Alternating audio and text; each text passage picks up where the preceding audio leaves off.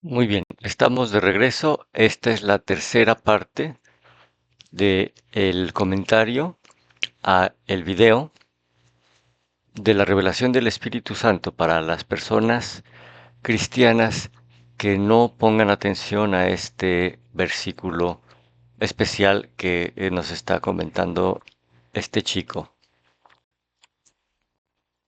Que no quiere que te quedes fuera, pero para eso necesitas detenerte ahora. Arrepiéntete, rompe el ciclo, regresa a la palabra. De verdad, obedece lo que ya sabes. No esperes una nueva revelación. La mayor revelación que Dios te ha dado ya está escrita. Si alguno quiere venir en pos de mí, niéguese a sí mismo, tome su cruz y sígame. No hay evangelio sin la cruz. Sin la cruz, solo hay ilusión. Después de esa visión, permanecí en silencio durante días. Ya no podía hablar ni orar de la misma manera. Me había enfrentado a algo que nadie quiere ver, el fin de la religiosidad superficial. Empecé a fijarme en todo lo que me rodeaba, en los servicios religiosos, en las redes sociales, en las conversaciones. Era como si todos hablaran de Dios, pero sin conocer verdaderamente su palabra, y eso me dolió, porque me di cuenta de que durante mucho tiempo yo también fui así, un cristiano con la Biblia en la estantería, pero lejos de mi corazón. Fue entonces cuando comprendí algo simple y devastador. La mayoría de los cristianos hoy en día viven de frases hechas, no de la palabra viva. Repetimos versículos fuera de contexto. Y peor aún, repetimos textos sin entenderlos, no sin profundizar, no leemos y no entendemos. Usamos las promesas como amuletos. Hacemos de Dios un proveedor de bendiciones, y no el Señor de nuestras vidas. Y cuando alguien intenta confrontar esto, el argumento inmediato surge: Dios conoce mi corazón. Sí, lo conoce. Y es precisamente por eso que muchos oirán: nunca te conocí. Porque Él no quiere apariencias, quiere rendición, quiere transformación, y eso solo se logra a través de la palabra. Recuerdo una escena que me impactó profundamente. Vi a un joven en una red social diciendo que Dios es amor y por eso nadie va al infierno. Los comentarios aplaudieron, compartieron y elogiaron esa idea. Pero no había ni un solo versículo. No había Biblia, solo opiniones, solo suposiciones. En este momento voy a aprovechar para mostrar un poquito mi comentario. Aquí está. Lo que yo menciono aquí es, lógicamente, que sus palabras son muy certeras y muy fuertes. Y hago notar que la iglesia vive en apostasía, en anomía y en sincretismo. Jesús es el mayor, mejor y más íntegro intérprete y juez de la enseñanza divina que es la ley de Dios. Torah quiere decir enseñanza. Entonces, absolutamente todo de lo que se habla en este video es revelación de que hay una cadena de versículos que atados nos llevan a una sola verdad y a un solo evangelio, y esa es una sana doctrina, una doctrina sin haber sido adulterada, sin haber tenido, sin que se le haya agregado ni se le haya quitado, que no está fundamentada en teologías o doctrinas de hombres, sino en la roca, que es Yeshua HaMashiach, Jesús el Mesías, la enseñanza de él, sus apóstoles y los profetas. Mm, Alejándonos de las falsas doctrinas de las denominaciones y haciendo caso a la advertencia de salir de Babilonia y de sus falsas doctrinas. No hay nada abolido en la enseñanza del Mesías, ni los días de reposo, ni las leyes dietéticas, ni sus santas convocaciones. Todo eso lo ha cambiado el enemigo de tal forma como fuimos advertidos en Daniel, que el enemigo vendría a buscar cambiar los tiempos, las santas convocaciones, incluyendo el día de reposo y la ley de Dios, la enseñanza de la Torah. Encima, y lo logró hacer con los fariseos en los tiempos de Jesús, y por eso vino Jesús a confrontar sus doctrinas farisaicas. Se las señaló claramente. Lo mismo haría y está haciendo hoy por medio de estos mensajes a la iglesia actual. Em, Tenemos los mensajes a las iglesias de Apocalipsis, Isaías, Jeremías, que repiten lo mismo. Vuelvan a las sendas antiguas, a la sana doctrina, que es la voluntad buena y agradable del Señor. Mas el pueblo respondió, no iremos. ¿Por qué? ¿Por qué responden de esa forma? Porque la iglesia está dormida, hipnotizada, al grado de, como el chico explicó, ver que se prende fuego y se consume la iglesia y no reacciona. Entonces, versículos, porque lo que acaba de mencionar es que no hay versículos y que hacen comentarios, se hacen comentarios y se aplauden y dicen amén y pura cosa superficial. Lucas 6:46, ¿por qué me llamas Señor, Señor y no haces lo que digo? Es el versículo en cuestión. Viene la cadena. Edificado sobre el fundamento de los apóstoles y profetas, siendo Cristo Jesús mismo la piedra angular, Efesios 2:20. Mateo 5:17. No penséis que he venido a abrogar la ley y la enseñanza de los profetas. No he venido a abrogarla, sino a cumplirla. Realmente, en un momentito vamos a ver qué es lo que realmente dice en el texto original aquí. De cierto les digo que hasta que perezca el cielo y la tierra, ni una jota ni una tilde perecerán de la ley. También vamos a ver qué es lo que dice este versículo, esta parte en el texto original. Hasta que todas estas cosas se hayan cumplido, de manera que cualquiera que infringiera uno de estos pequeños mandamientos, el más pequeño, aún el más pequeño, y encima fuera y enseñara a los hombres a desobedecer estos mandamientos, muy pequeño será llamado en el reino de los cielos. Esa es la enseñanza de la iglesia actual. Esa es la enseñanza de la iglesia en apostasía. Por eso se está teniendo esta revelación. Mas cualquiera que hiciere y enseñare, éste será llamado grande en el reino de los cielos. Daniel 7:25, y él proferirá palabras contra el Altísimo, la advertencia en Daniel 7:25, afligiendo a los santos del Altísimo, intentará cambiar los tiempos. Los tiempos se refiere a las santas convocaciones, a los Moedim y a los tiempos señalados. Los tiempos señalados incluyen el Shabbat, los inicios del mes, para poder hacer un conteo claro de en qué momento llegan las santas convocaciones. Y la ley, la enseñanza de Dios. Y serán entregados en sus manos por tiempos y por medio tiempo. Hasta que empiece a derrumbarse Babilonia. Apocalipsis 18:4. Y venga esta advertencia, una voz del cielo que dice, salid de ella, pueblo mío. Si tú eres pueblo de Dios y te encuentras en una Babilonia, a ti te corresponde hacer ese análisis como está explicando este chico. ¿En qué, en qué de mis doctrinas estoy en Babilonia?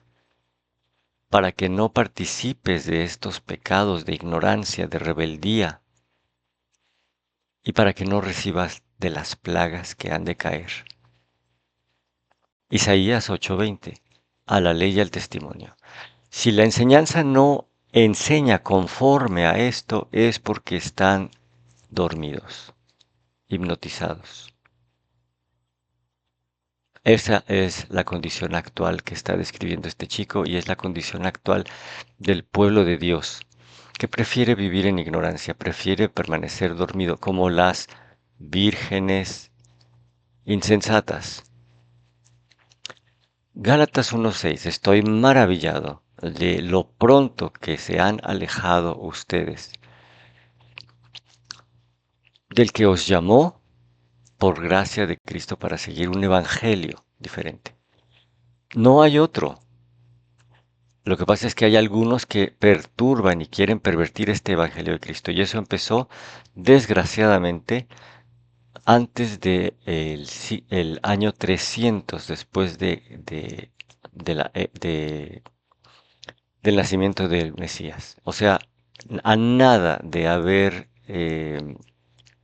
muerto, resucitado y ascendido al cielo, empezó la apostasía liderada por grandes cambios en los concilios que marcó la Iglesia romana el, eh, por medio de sus dirigentes, entre ellos Constantino. Ustedes podrán ver, ustedes podrán constatar los cambios que hizo Constantino y específicamente el cambio a las santas convocaciones. Tengo un video que lo pueden ver, voy a tratar de poner el enlace. Al final, las santas convocaciones, el día de reposo, cambiado por Constantino y ratificado por la Iglesia Católica, donde dice en el catecismo que por autoridad de la Iglesia misma se ha decidido cambiar el día de reposo a otro día. Eh, un pacto y una ley divina, nadie tiene autoridad de cambiarla. Por eso nos advierte Pablo que si aún nosotros, si escucharan de nosotros mismos o de un ángel del cielo, anunciárseles un evangelio diferente al que les enseñamos nosotros, Jesús, el Mesías y los profetas, eso es considerado anatema, eso es considerado anomía. Y lo reitera, lo repito, si alguien les predica un evangelio distinto, sabrán que es anatema. Por eso aquí está advirtiéndosenos que el enemigo quiere venir a cambiar eso. Sobre aviso no hay engaño. ¿Cómo puede ser posible que con tantas alertas el pueblo de Dios prefiera seguir en ignorancia? Claro, las prioridades son distintas. Nuestras prioridades son levantarnos en la mañana, vestirnos, bañarnos, lavarnos los dientes, comer, irnos al trabajo. Y entrar en esa hipnosis de la mundanalidad. Jeremías 6:16. Paraos en los caminos, mirad y preguntad por las sendas antiguas, la enseñanza original, sin tergiversaciones, para que descubran cuál es el camino bueno y anden por él, y para que su alma encuentre descanso. La respuesta del pueblo: no andaremos. Apocalipsis 14:12, aquí en esto vemos, este es el contraste. Este es el contraste de los que no andarán, no escucharán, no prestaremos atención. Esta aquí la perseverancia de los santos, los que guardan los mandamientos de Dios, toda la enseñanza divina en su contexto original y mantienen la emuná, la fe y la fidelidad de Jesús. Perdón. La enseñanza es la de la boca del Mesías y su ejemplo íntegro y perfecto de qué días guardar, santos, qué dieta llevar, qué se debe hacer, qué se debe cumplir, qué no se debe hacer y cómo no se debe hacer. No existe una nueva religión sin Torah, sin la enseñanza divina de Dios. El cristianismo moderno está viviendo en Babilonia, en apostasía, en anomía, en sincretismo y en sus falsas doctrinas. Si volvemos al mensaje original, Jeremías 31:33, porque este es el pacto que yo haré con la casa de Israel, lo vamos a ver en un momento, pondré mi Torah, mi ley, mi enseñanza dentro de ellos y en sus corazones, la escribiré, seré a ellos por Dios y ellos me serán por pueblo. Lo mismo, en un momentito lo vamos a ver en Hebreos 8:10. Escudriñamos las escrituras en sus idiomas originales griego y hebreo y cada uno de estos versículos están citados. Aquí aparece el enlace de Logos Calogos para que ustedes puedan verificar lo que se está leyendo en el idioma español, lo pueden verificar en su idioma original. Si tú hablas inglés, puedes irte a Bible Hub, HV, y es la misma aplicación donde puedes leer en el lenguaje original. Concilio de Jerusalén. 5 cosas básicas que el creyente en conversión que se está convirtiendo debe cumplir. Se reunieron los apóstoles para debatir cómo enseñar a los nuevos creyentes y qué se les debe enseñar, cómo empezar su camino. Se decidió entonces 5 cosas básicas que son de entrada para los nuevos creyentes. Y lo encuentras en Hechos 15 y 19. Si quieres leer todo el capítulo, que es lo que yo recomiendo, siempre lee todo el capítulo, no solo un versículo, lee todo el capítulo para que le encuentres contexto. Aquí están hablando entonces y debatiendo estos puntos y dice, por lo cual yo juzgo que no se inquiete a los gentiles que se están convirtiendo a Dios, sino que se les escriba que hagan lo siguiente. Número uno, se aparten de todas las contaminaciones de los ídolos. Eso quiere decir, se aparten de toda la idolatría. Ni santos, ni imágenes, ni te hinques ante santos e imágenes, ni tengas otros dioses ajenos delante de Dios. No te tienes que persinar, no tienes que hacer nada de esas tradiciones de hombres. Aléjate de la idolatría, de toda fornicación. ¿Qué es fornicación? Fornicación es todo acto sexual antes del matrimonio y fuera del matrimonio, en forma de adulterio, lógico. Y las siguientes dos, de ahogado y de sangre, esas tienen que ver con la dieta de Levítico 11. Lee todo el capítulo de Levítico 11 donde te dice que es alimento apto para comer y consumir y que es un alimento inmundo. Hay alimentos inmundos y hay alimentos profanos. El alimento profano es un alimento limpio que puedes comer pero que ha sido ofrecido a ídolos en forma de idolatría. Por ejemplo, pan de muertos, si tú vas y pones un altar a la Santa Muerte o a San Judas Tadeo y pones alimentos que están ofrecidos a ídolos y luego te los comes, estás comiendo de un alimento profano, aunque sea limpio.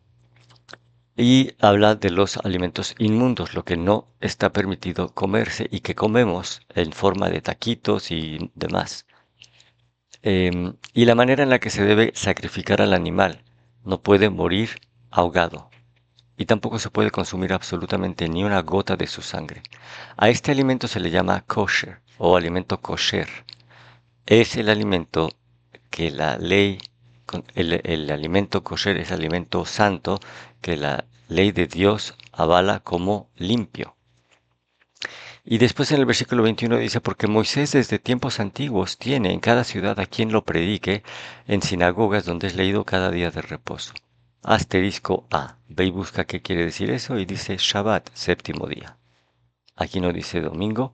Ya busqué yo en toda la Biblia, en todas las versiones en español, también las busqué en todas las versiones en hebreo y todas las versiones en griego y hasta me fui al chino japonés y te puedes ir tú también al chino y al japonés y no vas a encontrar ni un solo versículo que diga que el séptimo día ha sido cambiado al domingo. La pregunta ardiente es, ¿cuáles de estas 5 cosas básicas?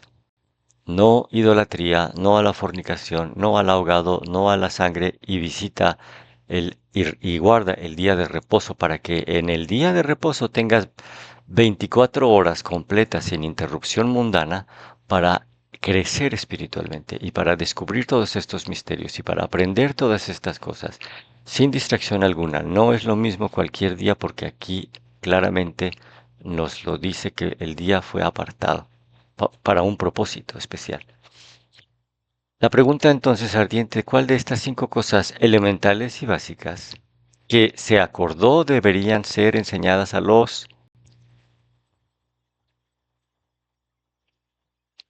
¿dónde está por aquí? A los gentiles que se están convirtiendo a Dios? ¿Cuáles de esas 5 cosas básicas cumple el cristianismo apóstata actual? Probablemente ni una sola. Hay idolatría en nuestras creencias, practicamos fornicación, la toleramos, abstinencia de ahogado y sangre en observancia a la dieta de Levítico 11. Y asistir a aprender y a crecer espiritualmente cada Shabbat. Aquí están los enlaces. Bueno, me tomé demasiado tiempo realmente, pero creo que es muy importante.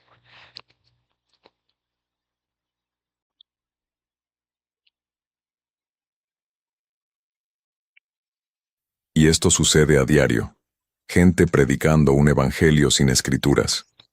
Un Jesús a la medida. Un cristianismo que se ajusta a la comodidad del siglo XXI, pero que no resiste la luz del trono de Dios. Sin la Biblia, no hay Cristo. Sin obediencia, no hay reino. Fue entonces cuando comprendí por qué Jesús me mostró esa imagen de la Biblia abierta en medio de las llamas. Ella fue la última señal, la última voz. Seguía ahí, disponible, intacta, pero ignorada. Este es el último gran despertar para la iglesia. Porque leer exige confrontación. Obedecer exige renuncia. Y nuestra generación ama la comodidad, pero odia la renuncia. Ama cantar sobre el cielo, pero no soporta vivir como ciudadanos de él. Ama los milagros de Jesús, pero rechaza los mandamientos. Y al final, llega la factura, y nos cobrará a cada uno por lo que hayamos hecho con la verdad que nos fue dada. La palabra de Dios no es un accesorio, es un espejo, un mapa, un bisturí que corta lo falso y revela lo eterno. Si no vives según la palabra, vives según la opinión. Y la opinión no salva. La emoción no salva. La rutina religiosa no salva. Lo que salva es la fe activa. La fe que escucha y obedece. La fe que se alimenta de la verdad, incluso cuando duele. La fe que se niega a vivir de las apariencias. Y esta fe solo nace cuando la Biblia deja de ser un libro cerrado y se convierte en nuestro pan de cada día. Si estás lejos de la palabra, retrocede. Si la lees pero no la obedeces, arrepiéntete. Si la conoces pero no la vives, teme. Porque el juicio no se basará en lo mucho que sentiste. Se basará en lo mucho que ignoraste. La Biblia está viva, está abierta. ¿Pero por cuánto tiempo? Esa pregunta me atormenta. Y quizás debería atormentarte a ti también. Porque mientras la Biblia sea solo un adorno, tu fe es solo un disfraz. Después de Solo el 1,2% de la humanidad son semillas estelares. ¿Eres uno de nosotros? todo lo que vi, oí y sentí, entré en un periodo en el que parecía que Dios se había silenciado. Mis oraciones no eran respondidas. Los servicios ya no me conmovían de la misma manera. Era como si el cielo se hubiera cerrado temporalmente. Al principio, pensé que era un ataque espiritual. Pensé, debe ser el enemigo intentando confundirme. Pero no lo era. Era Dios. Y su silencio no era abandono. Era una advertencia final. Como si dijera, ya he dicho suficiente. Ahora te toca actuar. Ese silencio me dolió más que cualquier confrontación, porque ya había recibido todo lo que necesitaba. El versículo, la visión, el llamado. Y ahora, el cielo esperaba mi respuesta. Me di cuenta de que muchos cristianos confunden la ausencia de emoción con la ausencia de Dios. Piensan que si no se les pone la piel de gallina, Dios no está ahí. Pero la madurez espiritual comienza cuando sigues obedeciendo, incluso cuando no sientes nada, cuando tu fe se mantiene viva, incluso en medio del silencio. Fue durante este tiempo que volví al versículo de Lucas 6:46. ¿Por qué me llaman Señor, Señor, y no hacen lo que digo? Estas palabras resonaron en mí como un eco infinito. Jesús ya había hablado. El problema era que yo, y muchos otros, solo queremos oírle hablar como nos gusta. Pero cuando Él habla con silencio, cuando responde con espera, la mayoría se rinde. Cambian el discipulado por la distracción. Cambian el secretismo por la superficialidad. Cambian la cruz por los gustos. Este silencio me hizo comprender el peso de la responsabilidad espiritual. Dios no repetirá constantemente lo que ya ha dejado claro. Él no es un artista. Él es rey. Ya ha hablado en la palabra. Ha advertido mediante sueños, señales y sermones. Y ahora espera obediencia. Si ignoras un versículo hoy, quizás mañana el cielo guarde silencio al respecto, y ni siquiera te darás cuenta de que caminas hacia el abismo con la Biblia en la mano y el corazón lejos de la cruz. Por eso tantos cristianos viven ansiosos, confundidos y frustrados, porque anhelan una nueva dirección, sin obedecer la última dirección que Dios les dio. Quieren respuestas nuevas, pero rechazan los viejos mandamientos. Quieren un evangelio personalizado, un Jesús que diga, está bien, te entiendo, pero el verdadero Jesús dice, toma tu cruz, niégate a ti mismo, sígueme.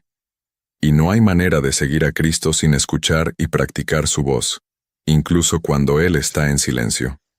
Si Dios te parece silencioso ahora mismo, quizás esté esperando tu acción, esperando el arrepentimiento, esperando un cambio. No juegues con este silencio. Puede ser la última advertencia antes del juicio. Puede ser el sonido del cielo diciéndote, ya sabes qué hacer. Ahora, hazlo. Y si no lo haces, las consecuencias vendrán. Porque el reino no es teoría, es práctica. Y el silencio de Dios nunca es sin propósito. A veces, es la última oportunidad para que un corazón rebelde se doblegue, antes de que la puerta se cierre para siempre.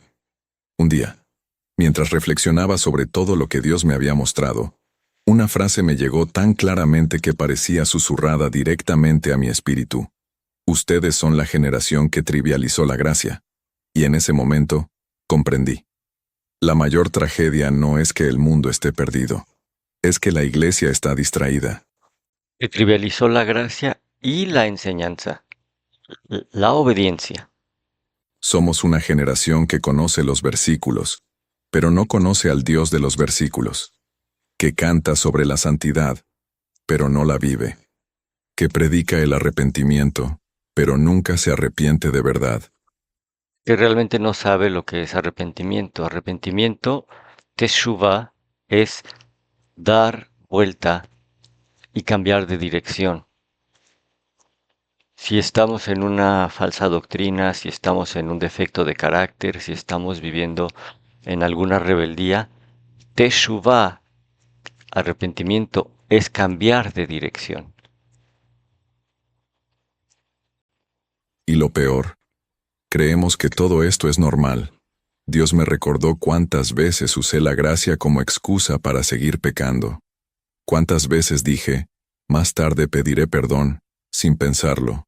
Cuántas veces descuidé el miedo porque creí en una versión distorsionada del amor de Dios. Pero el amor de Dios nunca fue una garantía para vivir de ninguna manera. La gracia no es libertad para pecar. Es el poder para vencer el pecado. Y cuando conviertes ese don en justificación, te estás burlando de la cruz, y los burladores no heredarán el reino. Vi claramente en espíritu que vivimos en los últimos días de la paciencia divina.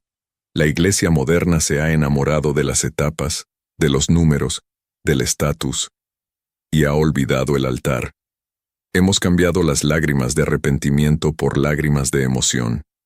Hemos cambiado la Biblia por frases motivadoras. Hemos cambiado la gloria de Dios por luces artificiales. Y ahora, estamos cosechando los frutos de esta superficialidad. Creyentes débiles, una fe sin raíces, un evangelio sin cruz. Estamos formando multitudes, pero sin discípulos. La generación actual se preocupa más por la interacción que por la santidad. Quieren ser escuchados, pero no quieren escuchar. Quieren seguidores, pero no quieren seguir a Cristo. Quieren el cielo,